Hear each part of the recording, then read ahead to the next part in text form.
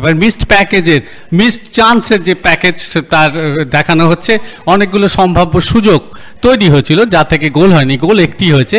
এক্ষেত্রে ওই জয়দীপের শট ছিল প্রথমার্ধে সরাসরি গোলরক্ষকের কাছে, আবার ডান দিক থেকে এটা ডায়মন্ড হারবারে একটা সুযোগ ছিল গিরিকের, গিরিক কিন্তু পায়ে বলে ঠিক মতো করতে পারেনি।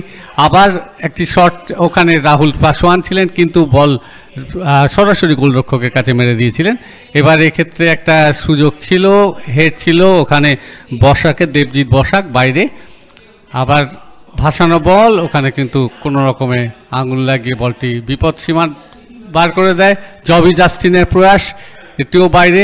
এবার সুরুচি সঙ্গের একটা আক্রমণ ছিল ভালো, সুরুচি সঙ্গ কিন্তু বল সবাইকে অতিক্রম করে বাইরে চলে যায়। ব্যাকিল ভকতের শট, দুরন্ত শট, এই শটটি এই সারা ম্যাচের সেরা মুহূর্ত বলতে পারি, যদিও তার যা থেকে গোল হয়নি। আবার টুডু, এক্ষেত্রে জবি জাস্টিন, একটা সহজ সুযোগ ছিল সিনের কাছে কিন্তু সিন কিন্তু সুযোগ নষ্ট করলেন। এবার সেই সুপ্রিয়র সেন্টার কিন্তু বল বাইরে চলে গেছিল, অনেকগুলি সুযোগ তৈরি হয়েছিল। এবার জয়দীপের শট, জয়দীপ সিং কিন্তু রক্ষা পেয়ে যায় অসাধারণ দক্ষতায় সুস্নাত মালিক, ফলে অনেকগুলি সুযোগ পেয়েছিল, সেই সুযোগ থেকে কাজে লাগাতে পারেনি। আবার ভাসানো বল, এক্ষেত্রে সুস্নাত চমৎকার কালেকশন, ফলে বিপদ কিছু ঘটেনি। আবার জয়দীপের শট সরাসরি গোলরক্ষক সুস্নাতর কাছে।